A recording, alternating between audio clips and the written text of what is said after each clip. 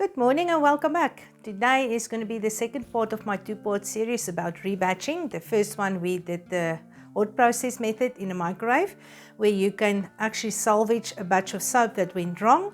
Now the second part is going to be about confetti soap. Now this is where you're going to use all of these lovely little slivers that we generate while we tidy up our soap. How to use it in a new batch of soap. So this one is a little bit a different angle on it. It's very easy. You're going to make a batch of soap and you're just actually going to stir this in. But I'm going to give you an idea how to use it as a decorative, it's not a decorative, it's a decorative effect. There we've got it. So I'm just going to show you how to use this, and it's actually quite easy and it is fun to use, and then you don't waste anything. So let's just jump right over to the table and let me show how to put everything together. First, I'm going to show you how to calculate in your soap calculator how much soap batter you need to make when you're going to incorporate this, because if you make a normal batch of soap and you stir all of this in there, you're going to have a huge amount of soap. Maybe you're not going to have enough soap batter, you might have too much. So I'm just going to show you how to calculate it in a soap calculator. And then we're going to go from there on, and I will demonstrate how to use it then as well. I've got timestamps in my video. If you don't want to watch the soap calculator part, just use the timestamps, jump right over to the next part. You're welcome to do that. So let's just jump right into this. Okay, to make our confetti soap is actually quite easy. You can use any recipe that you like. I'm just going to show you on the soap calculator how to calculate how much soap you need to make and how to incorporate your shavings into this. So I've just made this one. It's a confetti soap, saponify. Remember, if you go into Soapmaking Friend and you're going to look on the recipe database here and you type in saponify, you will find all the saponify YouTube video recipes that's going to be available. I've made them public, so you can just check them out there. So we're going to make a solid soap. I'm going to use percentages. So this is just to add your recipe to the calculator. I'm going to use 5% super fat. I use palm oil, olive and coconut oil. These are actually quite cheap oils, easy for beginners to get by. So I'm just going to add this one to the specific video for you guys. It does give a very nice balanced recipe here on the right hand side. But this calculation here is going to be about to resize the recipe to fit your mold size. So here under select recipe units of measure, percentages, resize your recipe. We're going to click it to yes, and it's going to open up this at the bottom here for you. Now my dimensions for my soap mold is 15 centimeters by 10 centimeters by 7 centimeters. So if I add it like this, it's going to work out for me the total batch weight here on the right hand side. Now this is the volume of all the soap in my mold, but I want to add soap shavings now to this, so I need to weigh my soap shavings and then I'm going to subtract it from this amount here. So for me, I've got 1057 grams of soap batter in total that's going to go into my mold.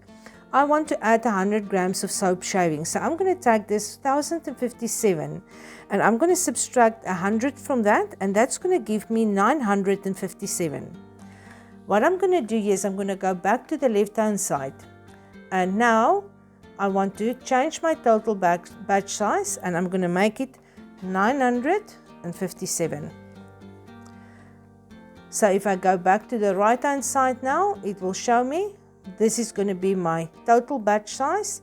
It's going to reduce the oil weight that I need for this so that I can fill my soap basically to the same level again. So that's all that there is to it. Okay, confetti soap. To make your confetti soap, you're going to take all of your slivers. I've got two molds here, so I'm going to do half here. So I'm just going to split it in half to make sure that each part gets equal amount of slivers here. Okay. What I usually do with my soap slivers, if it's fresh slivers, you don't need to do anything to it. Mine is actually quite old. Some of them is already a month or even more. So then I will take a little spray bottle and I will just spritz it a little bit, cover it and leave it overnight. The reason why I do that is this soap is already shrunk, it's already dried out, and if you put it or stir it into your fresh soap batter and you cut your soap slices, what's going to happen is some of your the new soap is going to shrink, and this is not going to shrink, and it will make tiny little bubbles, or not really bubbles. It's going to leave a texture on top of your soap. That's not a big issue. It's not harmful or anything. It's just going to be a cosmetical thing. You can plane it and shave it off later on again, but then you end up with new shavings when you actually just want to use it. So this is just something I do. I like to just make sure that my soap is still bendable and it's not brittle to break. So I did spray a little bit of water overnight, and left it overnight just to soften it up a little bit. So there's that. I already pre-measured all of my oils. We are going to mix our lye and pour it into our oils. I'm going to make a black layer at the bottom, and then I'm going to mix the other half of the soap batter, and then I'm just going to mix in or stir in my soap slivers there. So I'm just going to get my goggles here. First we're going to do our sodium hydroxide. Cover up my hands here. I don't really measure my temperatures on this. This is not really heat transfer because I did melt my oils a little bit. It's 26 degrees, 26.9 degrees Celsius. My water is around about 20.9. So I did melt it down a little bit because it's winter time now here. So my palm oil and the coconut oil do harden a little bit. So, but it's not a big issue. So let's just add the lye, my water. Before I add the lye to the water, I want to add citric acid to my soap here because we've got hot water here. Just gonna pour in my citric acid. Just gonna stir it so it will dissolve. I don't have see-through jugs for this video because it's a larger amount. I don't have a large enough tumbler or something like to just show you. Okay, so citric acid is dissolved. So now I can add my sodium hydroxide to it. Alright, I'm just going to add a little bit first. Cover it up. The reason why I add just a little bit first is it's going to react with the citric acid and it will form sodium citrate, and the sodium citrate will bind to any hard minerals in my water, so it just actually make my soap work better. Just check out the link above. I will leave a link to how to use citric acid in your soap. For this you can use any recipe to make confetti soap with, but I will leave a recipe for you in the description box if you need one, but as I say, you can actually use any one. So okay, let's just add the rest of my sodium hydroxide here. Make sure you're in a well ventilated area because the fumes that grumble and bit of it seems like it's boiling is because of the acidity of the citric acid. I actually tried to sidestep it with just adding a little bit, but apparently that was not enough to neutralize that little bit there. That's not a big issue. If you want to start to use citric acid, you are always welcome to use a double container. You can use a baking tray or something in the bottom and put your container in that if you are worried it's going to boil over. But overall, I never had a problem that is boiling over yet, but there's always the first time, especially if your water is much warmer. I've got quite cool water. We started with 20 degrees Celsius here, so I didn't really have the worry that it's gonna spill over if it starts to react again. Okay, let's just see for interest here. It's 103, 101 degrees Celsius. It's dropping actually quite fast here. I'm just gonna stir it a bit down and let it cool down a little bit. If I would have done heat transfer, then all my solid oils would have been in this bucket, so then I would have poured the warm lye solution over my solid oils here and melt it down that way. But I've already melted it a little bit, just to make sure it's clear.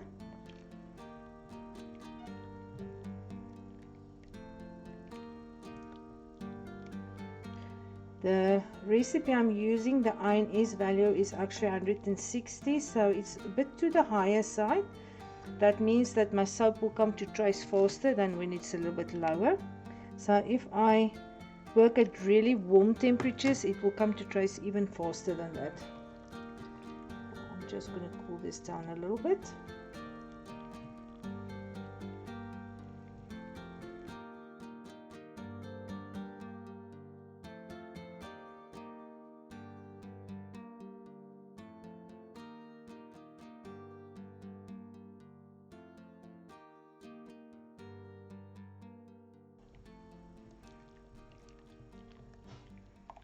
Okay, the lye solution is clear now. It's not milky anymore. It's about 97 degrees Celsius. It's quite warm still. I would like it to cool down a little bit more.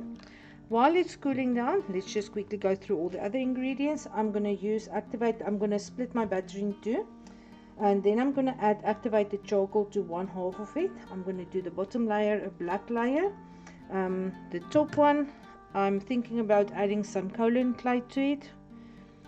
And then I've pre-measured my fragrance oils already, so I can add some fragrance to it. Fragrance will depend. Oh, thank you.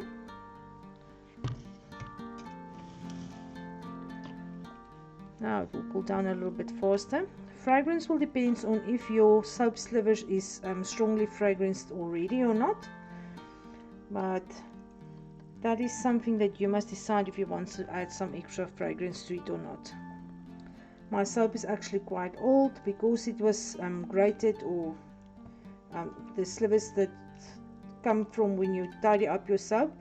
It's been in an open container for quite some time, so it doesn't smell like anything anymore. A little bit soapy, but that's about it. Let's see here. 88.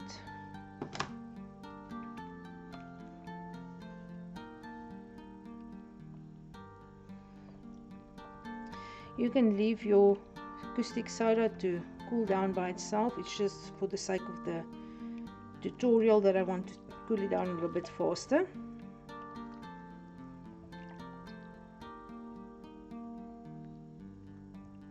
If I leave my camera unattended for 10 minutes, the gremlins just creep into it and mess everything up for me. I don't know how it happens, but yeah, I've lost plenty of footage and sound and all kinds of funny stuff that happens.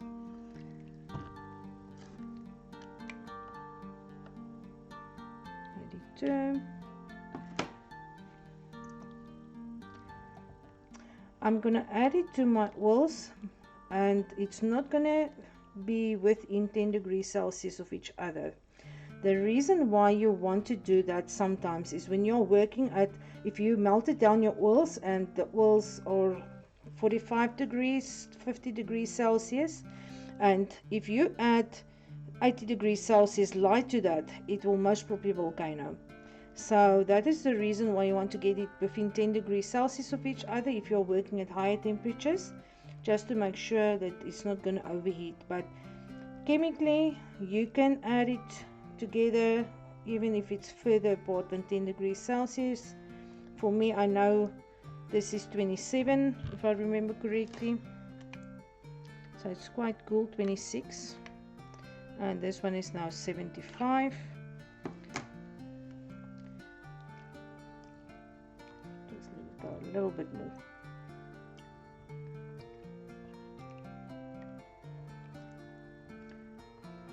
Just something else, your soap slivers, if you tidy up your soaps and you're planing it and you want to collect your slivers, you can actually put it in an airtight container as well.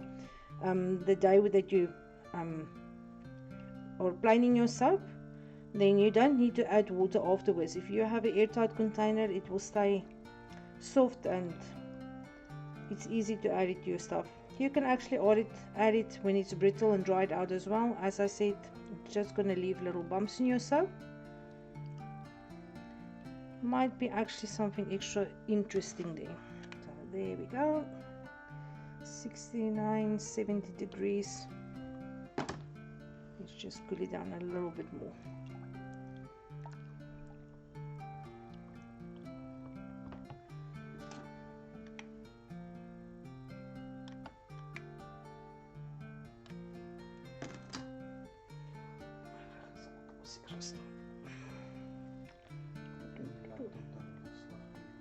Skes?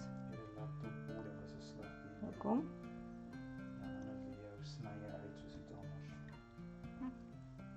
Net sagter en harder of uitsny?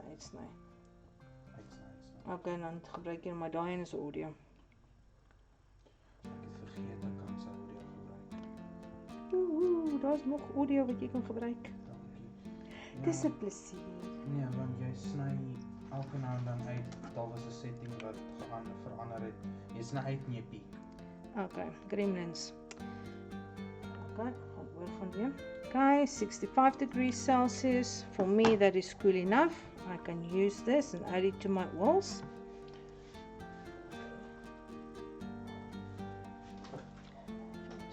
Take it out of here. Dry it off a bit. Okay. Raina?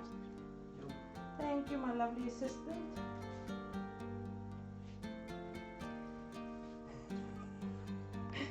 There we go. Okay, I'm just going to add this to my oils.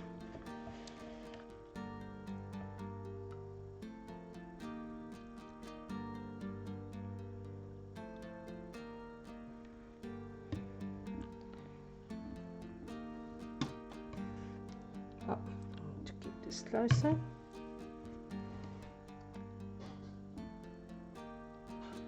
I am not going to stick blend it a lot. I am just going to bring it to emulsification and then I'm going to split it in two. Just burp this thing properly.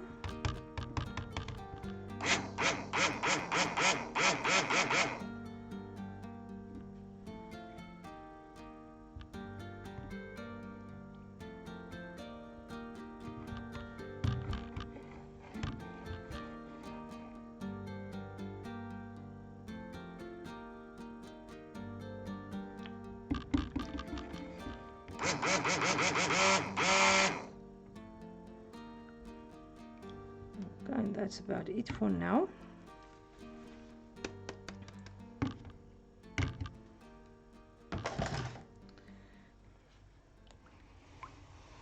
I'm going to split this in two parts.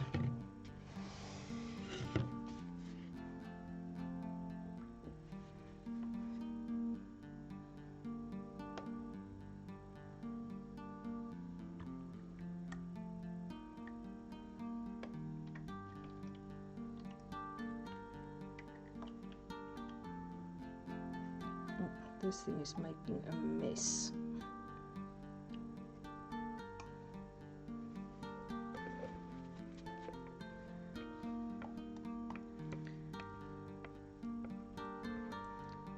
Okay.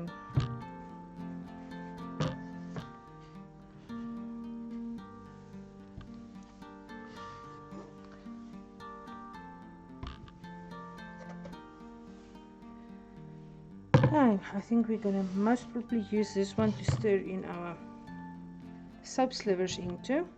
I think I'm just going to lessen this a little bit. There we go. Add some activated charcoal here.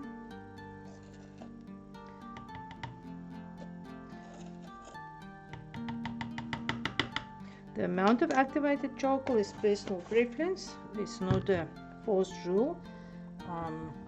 I usually use between 5 milliliters and 15 milliliters per 100 grams of oil in my recipes. So It depends on how dark you want your soap and the exfoliating effect that you want in there as well. Activated charcoal come in different grades. You get extra fine, fine, medium, coarse. I like the fine ones better.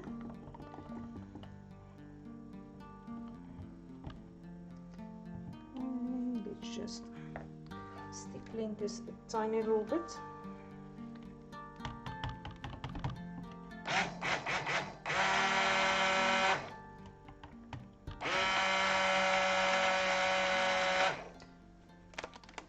We are not going to make a fancy swirly design, so even if it goes to medium trace, it doesn't really matter. It's going to be okay.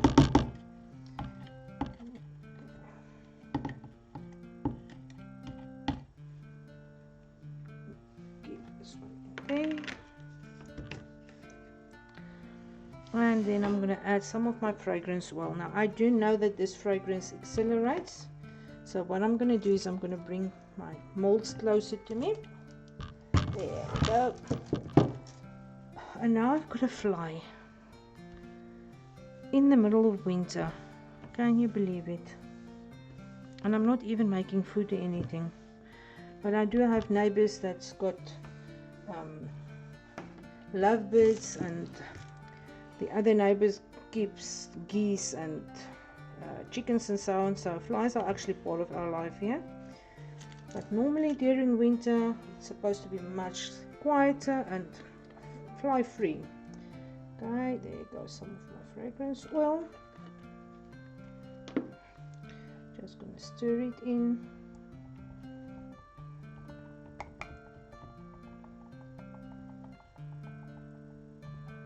I can feel how it thickens here, so it actually accelerates quite a lot. There, it even goes to medium trace already.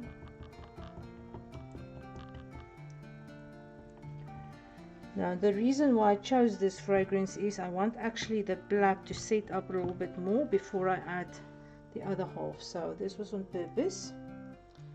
Just going to make a black layer here at the bottom.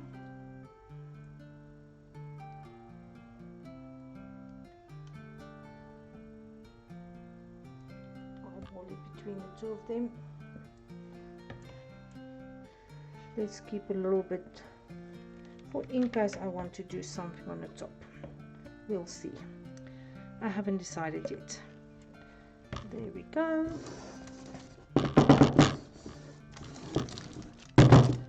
Shake them down a little bit. There we go. Let's get another spatula.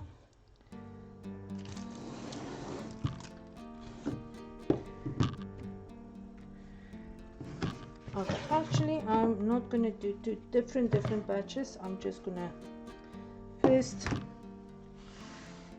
let's just do some kaolin clay first. I really do want to add some here,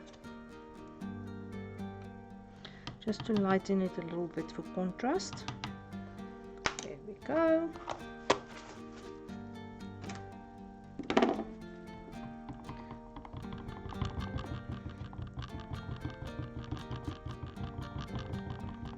And this is the main reason why I actually cap all of my stuff, because I just keep on bumping stuff over. There we go. But this one is definitely going to be too small to stir this in there, so I am going to pour it back to the original container. Just want to make sure I've got all my kaolin clay incorporated here properly.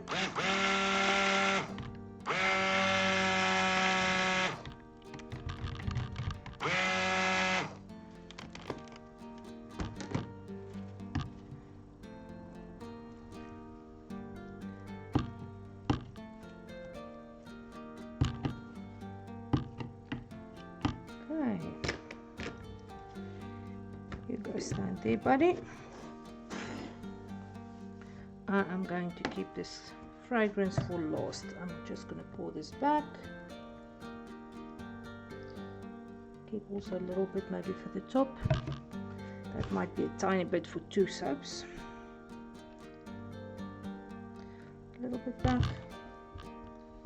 And now I'm just going to add my soap slivers to it.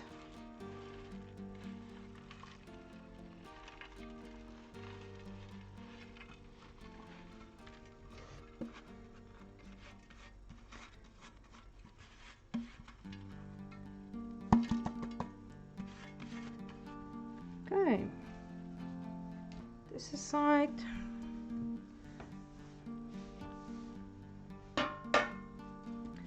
And there we go.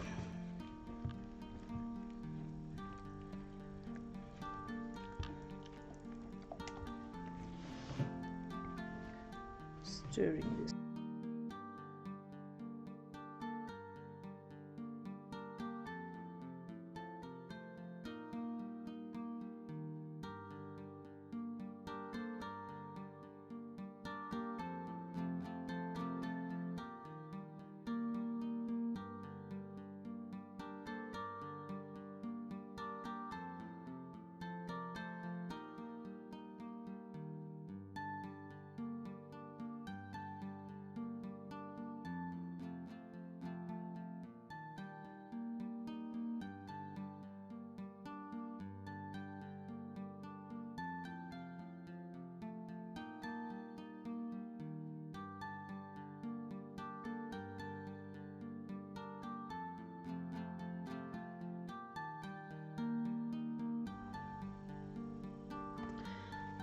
Okay, so I think I'm going to call this a day. I'm just going to leave them overnight.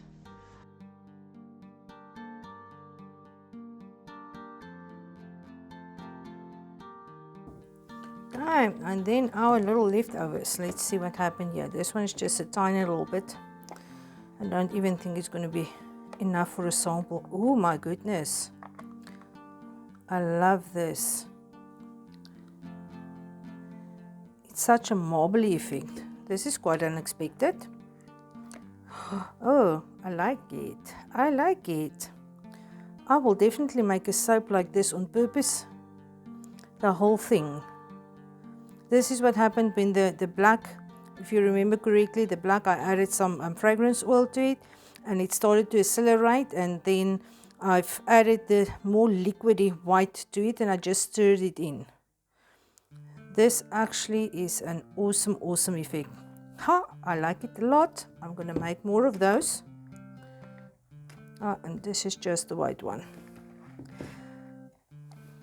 And that is it for the day. So this is how you're going to use all of your soap slivers, and it's not going to go to waste.